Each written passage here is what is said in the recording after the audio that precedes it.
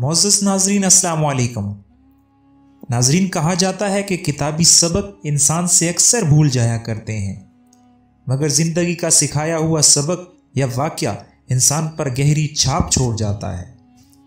یہ سبق یا کہانی نہ صرف اس شخص پر اثر ڈالتی ہے بلکہ اسے دیکھنے والے اور اس کہانی کو سننے والوں کے لیے بھی بہت بڑا سبق چھوڑ جاتی ہے۔ لہٰذا آج ہم بھی آپ کو ایک ایسی ہی کہانی سے روشناس کروائیں گے۔ ناظرین کرام، ایک شخص بہت محنت سے ایک ادارے کا مالک بنا۔ اس نے دن رات محنت کی اور اس ادارے کو کامیاب بنایا، لیکن وقت کے ساتھ اس کی ڈھلتی ہوئی عمر نے اسے اس بات پر مجبور کر دیا کہ اس کے بعد کون اس ادارے کا سربراہ ہوگا۔ لہٰذا اس نے یہ فیصلہ کرنے کے لیے اپنے ادارے کے تمام بڑے عہدیداروں کو بلوایا۔ ان کو اپنے فیصلے سے آگاہ کرتے ہوئے کہا کہ میں آپ سب کو ایک بیج دوں گا اور اس بیج کو بونے کے لیے 1 سال کا وقت بھی دوں گا۔ آپ سب مجھے 1 سال بعد اس صورتحال سے آگاہ کریں گے اور میں اس ادارے کے مالک کا چناؤ بھی اسی بنیاد پر کروں گا۔ وقت گزرتا گیا اور تمام عہدیداروں کے بیچ سے اچھے پودے اگنا شروع ہو گئے، مگر ان میں سے ایک عہدیدار بہت پریشان تھا کیونکہ اس نے بہت محنت کی مگر بیج اگ نہ سکا۔ دیکھتے ہی دیکھتے 1 سال کا وقت گزر گیا۔ مالک نے ادارے کے نئے انتخاب کے لیے تمام عہدیداروں کو بلوایا۔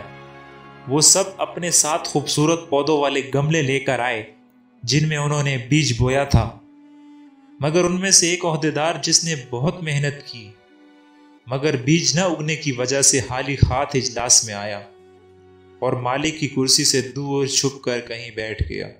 اس کے بعد تمام عہدیداروں نے اپنے اپنے بیج سے اگنے والے پودے دکھائے تاکہ انہیں اس ادارے کا نیا سربراہ بنایا جائے۔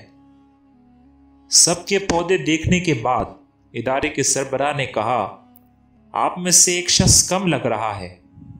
یہ سننا تھا کہ وہ شخص جو خالی ہاتھ آیا تھا سر جھکائے آخر میں سے آگے آیا اور کہا، جناب مجھ سے جو ہو سکا میں نے کیا مگر میرا والا بیج اگ نہ سکا۔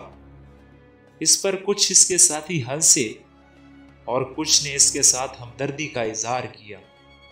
اس پر ادارے کے سربراہ تھوڑی دیر خاموش رہے اور پھر اعلان کیا کہ ادارے کا سربراہ وہی خالی ہاتھ آنے والا شخص ہوگا۔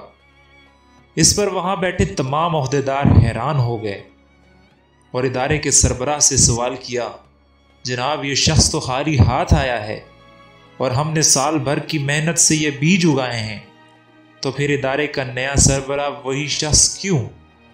اس سوال پر ادارے کے سربراہ نے جواب دیا کہ میں نے برسوں سے اس ادارے کو محنت اور ایمانداری سے اس مقام تک پہنچایا ہے اور میں چاہوں گا کہ میرے بعد بھی کوئی ایسا ہی ہو جو نہ صرف محنتی ہو بلکہ ایماندار بھی ہو۔